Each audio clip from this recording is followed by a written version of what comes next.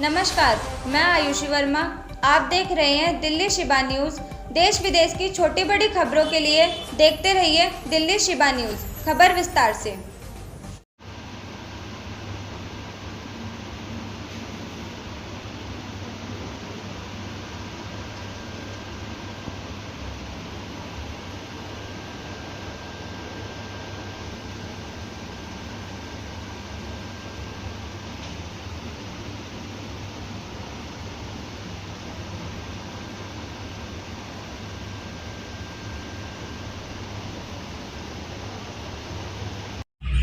सबसे पहले अपना नाम बता दीजिए।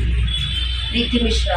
प्रीति मिश्रा, आपने आरोप लगाया है और एक FIR भी आपने कराई जी अमित के खिलाफ। उसमें आपने अनिल चावला को षड्यंत्रकारी बताया है कि जी अनिल चावला की वजह से आपकी जो लाइफ है बर्बाद हुई है। जी क्या जानकारी है, क्या कुछ कहेंगे इसके बारे अनिल चावला की कंपनी में मैं जॉब करने गई थी। जब उन्होंने बुलाया था तो अनिल चावला ने ही मुझे अमित से मिलाया था उसी कंपनी में। वो भी वहीं पर जॉब करता था और उसी ने अनिल चावला ने ही मिलाया था कि लड़का तुम्हारी कास्ट का है, पंडित है, ब्राह्मण है और इसके घर वालों से भी मेरी बात हो गई। तो मेरी जो भी उससे दोस्ती कराई थी उसी ने कराई थी उसी कंपनी में, जबकि मैं उसकी कंपनी में कभी भी दोस्ती के पर्पज से मैंने कई बार बोला कि मुझे इन सब चीजों में इंटरेस्ट नहीं है, मैं यहाँ पर काम करने के लिए आई हूँ। लेकिन फिर भी उसने बोला कि तेरी कास्ट का लड़का है, इसे कब तक रहेगी, इसके घर वालों से मेरी बात हो चुकी है ऑलरेडी। तो उसी ने मिलाया था।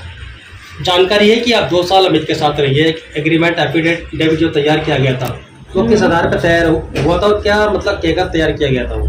2020 में मैं अनिल चावला ने मुझे अमित से मिलवाया था। उस बीच हमारी दोस्ती हुई थी। उसके बाद अनिल चावला ने मुझे अपने दूसरे ऑफिस 9X37C में शिफ्ट कर दिया था, जहां पर उसने अमित को भी शिफ्ट किया था मेरे साथ।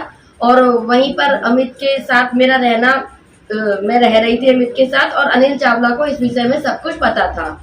लेकिन वहीं पर जब फरवरी में मैं जब प्रेग्नेंट हुई, मैंने अमित को शादी के लिए भी बोला, ऑफर किया, तो अमित ने मुझसे शादी के लिए मना कर दिया। कितने समय अमित के साथ रहे? अमित के समय साथ में 2021 में रही। उसके बाद जब मैंने उसे शादी के लिए बोला तो उसने बोला प्रीति अभी मेरे पापा की तबीयत खराब है, मैं फरवरी में घर जा रहा हूँ और घर से आने के बाद तुरंत तुमसे शादी कर लूंगा।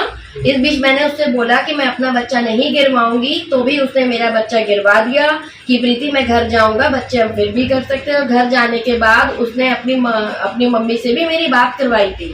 घर जाने के बाद जब उसने अपनी मम्मी से बात करवाई मई में वीडियो कॉन्फ्रेंसिंग में, जिसका प्रूफ भी मैं पुलिस डिपार्टमेंट में दे चुकी हूँ और साबित भी कर चुकी हूँ, तो बात होने के बाद वो मुझे इग्नोर करने लगा धीरे धीरे। इग्नोर करने के बाद मैं ये चीज समझ चुकी थी कि वो मुझे इग्नोर कर रहा है, उसने सिर्फ मेरा यूज किया था, मिसयूज किया था। इस विषय पे मैंने अनिल चावला को भी बोला था, लेकिन अनिल चावला ने हमेशा अमित का फेवर किया कि वो अच्छा लड़का है, ब्राह्मण है, तेरी कास्ट का है, मिसअंडरस्टैंडिंग है, वो घर जाकर ऐसा कुछ नहीं कर रहा है, घर में जाकर अपना बाथरूम बनवा रहा है। जबकि मुझे पता था कि वो वहां पर केवल बाथरूम बनवाने नहीं गया।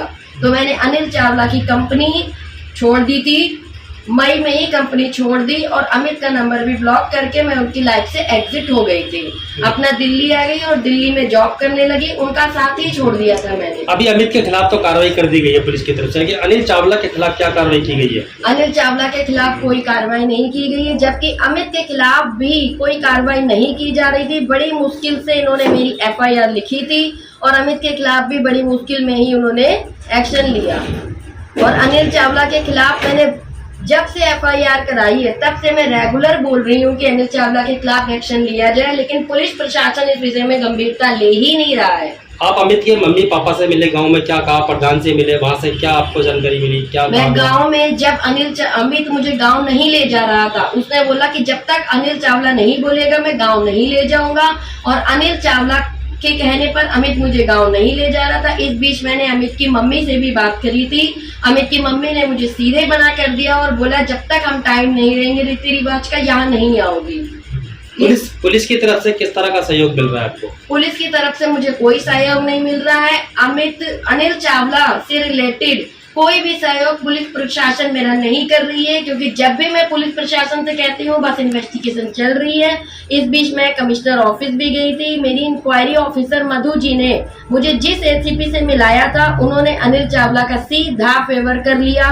उसके बाद मैंने दोबारा कंप्लेंट डाली, तो कंप्लेंट डालने के बाद नए एसीपी आए नवीन शर्मा जी से जब मैं कमिश्नर ऑफिस में जाके इस विषय में बात की तो उन्होंने डायरेक्ट बोल दिया कि अभी इन्वेस्टिगेशन अनिल चावला के खिलाफ दोबारा होगी।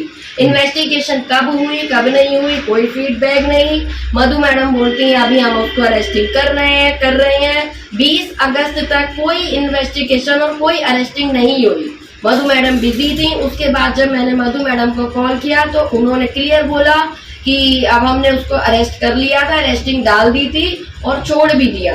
कब अरेस्टिंग डाली, कब अरेस्ट हुआ, कब छोड़ दिया, कब थाने से बेल हो गई, मुझे इस विषय की कोई इन्फॉर्मेशन नहीं हो रही है। अनिल चावला अरेस्ट नहीं किया जा रहा है।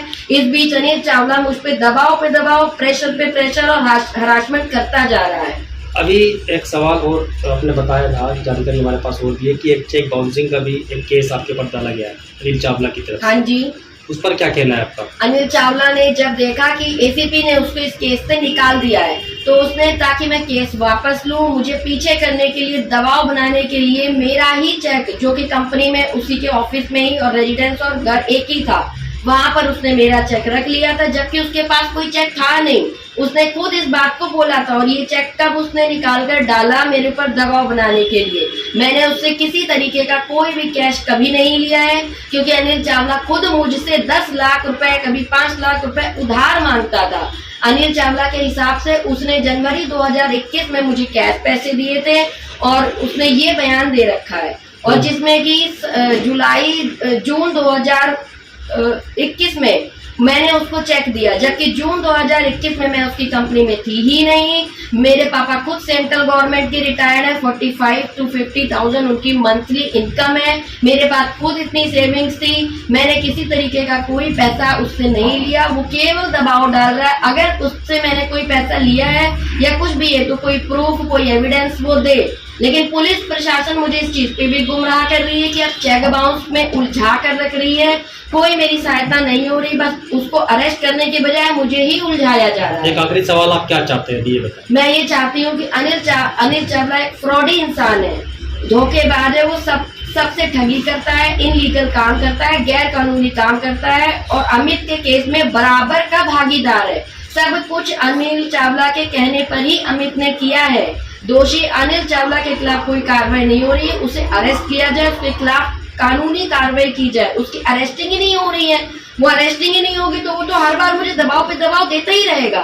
अगर वो सही है तो फिर वो मेरे कोर्ट से नोटिस क्यों नहीं भेज रहा है? क्योंकि वो झूठा है। लेकिन पुलिस प्रशासन इस पर गंभीरता व्यक्त नहीं कर रही है। मुझे पुलिस प्रशासन से नाराजगी है कि वो अपना काम ढंग से नहीं कर रही है और मुझे ही प्रताड़ित किया जा रहा है।